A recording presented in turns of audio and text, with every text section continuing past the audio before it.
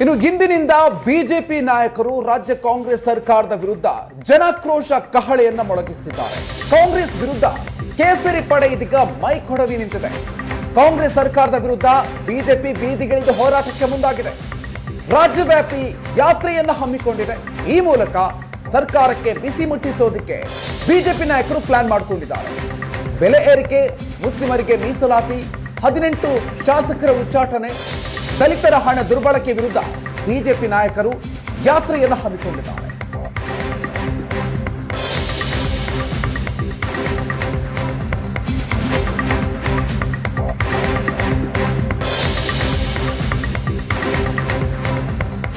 ಇನ್ನು ಈ ವಿಚಾರಕ್ಕೆ ಸಂಬಂಧಪಟ್ಟಂತೆ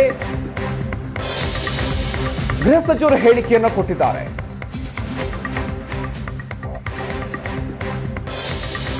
ಜನತಾ ಪಾರ್ಟಿಯವರಿಗೆ ಪ್ರಸ್ತುತ ಸಂದರ್ಭದಲ್ಲಿ ಅವರಿಗೇನು ನಾವು ಕಳೆದ 2 ವರ್ಷದಿಂದ ಒಂದು ಒಳ್ಳೆಯ ಆಡಳಿತವನ್ನು ಕೊಡ್ತಾ ಇದ್ದೇವೆ, ಅದನ್ನು ತಡೆಯೋಕ್ಕಾಗ್ತಾ ಇಲ್ಲ.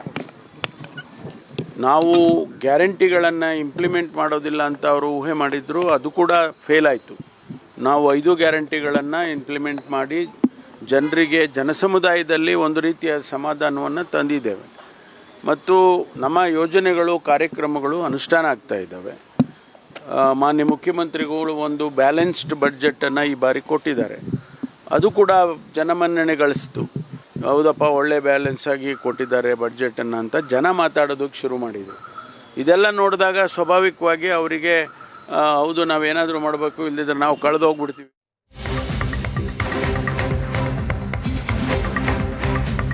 ಇನ್ನು ಸಿಎಂ ತವರು ಜಿಲ್ಲೆಯಲ್ಲಿ ಜನಾಕ್ರೋಶ ಯಾತ್ರೆಗೆ ಬಿಜೆಪಿ ಚಾಲನೆ ಕೊಟ್ಟಿದೆ. ಬಿಜೆಪಿ ಜನಾಕ್ರೋಶ ಯಾತ್ರೆಗೆ ಸಚಿವ ಎಂಬಿ ಪಾಟೀಲ್ ಲೇವಡಿ ಮಾಡಿದ್ದಾರೆ.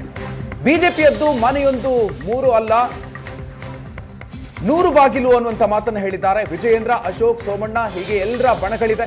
ರಾಜ್ಯದಲ್ಲಿ ಬಿಜೆಪಿ ಅಧೋಗತಿಗೆ ತಲುಪಿದೆ ಅಂತ ಎಂಬಿ ಪಾಟೀಲ್ ವ್ಯಂಗ್ಯ ಆಡಿದ್ದಾರೆ. ಅವರು ಈ ಅಟೆನ್ಷನ್ನ ಡೈವರ್ಟ್ ಮಾಡಕ್ಕೆ ಮಾಡ್ತಾ ಇದ್ದಾರೆ. ಯಾಕಂದ್ರೆ ಅವರಲ್ಲಿ ಏನು ಯತ್ನಾಳ್ ಅವರು ಉಚ್ಚಾಟನೆ ಆದರು ಏನ್ರಿ, ಅವರಲ್ಲಿರುವಂಥದ್ದು ಏನೋ ಒಂದು 20 ಬಾಗಿಲುಗಳದಾವಲ್ಲಿ. ಯಾರು ಒಬ್ಬರು ಲೀಡರ್ ಅಂತ ಹೇಳ್ಬಿಡಿ. ಅಲ್ಲಿ ವಿಜೇಂದ್ರ ಒಂದು ಕಡೆ, ಯಡಿಯೂರಪ್ಪನವ್ರು ಒಂದು ಕಡೆ, ಅಶೋಕ್ ಅವರೊಂದು, ಅಶ್ವಥ್ ನಾರಾಯಣ್ ಒಂದು, ಆಮೇಲೆ ಸೋಮಣ್ಣ ಅವರು ಒಂದು, ಹೀಗೆಲ್ಲ ಯಾವ್ಯಾವ್ದು ಹೇಳ್ರಿ ನೀವು, ಹೆಸರುಗಳು ಹೇಳ್ರಿ. ಎಲ್ಲನೂ ಕೂಡ ಎಲ್ಲರದು ಒಂದೊಂದು ಕಡೆ ಬಾಗಿಲುಗಳದಾವು. ಅವ್ರ ಪಾರ್ಟಿ ಭಾಳ ಕೆಟ್ಟ ಪರಿಸ್ಥಿತಿಯಲ್ಲಿ ಇತ್ತು. ಒಂದು ದಿವಸ ಬಿ ಜೆ ಪಿ ಇವತ್ತೊಂದು ದಿವಸ ರಾಜ್ಯದಲ್ಲಿ ಅದು ಗತಿ ಹೋಗ್ಬಿಟ್ಟಿದೆ. ಅದಕ್ಕೆ ಅಟೆನ್ಷನ್ ಡೈವರ್ಟ್ ಮಾಡಲಿಕ್ಕೆ. ಇನ್ನು ಕೆಪಿಸಿಸಿ ಅಧ್ಯಕ್ಷ ಸ್ಥಾನಕ್ಕೆ ಈಶ್ವರ್ ಖಂಡ್ರೆ, ಸತೀಶ್ ಹೆಸರು ಪ್ರಸ್ತಾಪ, ಇದರಲ್ಲಿ ತಪ್ಪೇನು ಅನ್ನುವಂಥ ಮಾತನ್ನು ಸಚಿವ ಎಂಬಿ ಪಾಟೀಲ್ ಹೇಳಿದ್ದಾರೆ. ಈಶ್ವರ್ ಖಂಡ್ರೆ, ಸತೀಶ್ ಜಾರಕಿಹೊಳಿ ಸಮರ್ಥರಿದ್ದಾರೆ. ಹೈಕಮಾಂಡ್ಗೆ ಯಾವಾಗ ಬದಲಾವಣೆ ಬೇಕು ಆಗ ಮಾಡುತ್ತೆ. ನನಗೆ ಆಹ್ವಾನವೂ ಬಂದಿಲ್ಲ, ನಾನು ಕೇಳು ಕೂಡ ಇಲ್ಲ. ನಾನು ಈಗಾಗಲೇ ನನ್ನ ಇಲಾಖೆಯಲ್ಲಿ ಕೆಲಸವನ್ನ ಮಾಡ್ತಾ ಇದ್ದೀನಿ ಅಂತ ಎಂಬಿ ಪಾಟೀಲ್ ಅವರು ಹೇಳಿದ್ದಾರೆ. ಕೆಪಿಸಿಸಿ ಅಧ್ಯಕ್ಷ ಸ್ಥಾನಕ್ಕೆ ಖಂಡ್ರೆ ಹಾಗೂ ಸತೀಶ್ ಹೆಸರು ಪ್ರಸ್ತಾಪ ಆಗ್ತಾ ಇರೋ ವಿಚಾರವಾಗಿ ಈ ರೀತಿಯಾಗಿ ಪ್ರತಿಕ್ರಿಯೆ ಕೊಟ್ಟಿದ್ದಾರೆ. ತಪ್ಪೇನಿಲ್ಲ. ನೋಡಿ, ನಮಗೆ ಪಕ್ಷದ ಕಾಂಗ್ರೆಸ್ ಹೈಕಮಾಂಡ್ ಏನು ನಿರ್ಧಾರ ಮಾಡ್ತದೆ ಅದಕ್ಕೆ ಸಮ್ಮತ ಇರ್ತದೆ.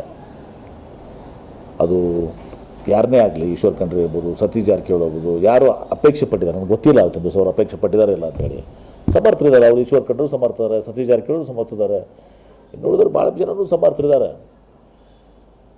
ಹೀಗಾಗಿ ಹೈಕಮಾಂಡ್ ನಿರ್ಧಾರ ಮಾಡ್ತದೆ. ಅವಾಗ ಯಾವಾಗ ಬದಲಾವಣೆ ಮಾಡಬೇಕು ಅನ್ನಿಸ್ತದೆ ಆವಾಗ ಇದೆಲ್ಲವನ್ನು ಗಮನದಲ್ಲಿಟ್ಕೊಂಡು ಮಾಡ್ತದೆ. ನಮ್ಮ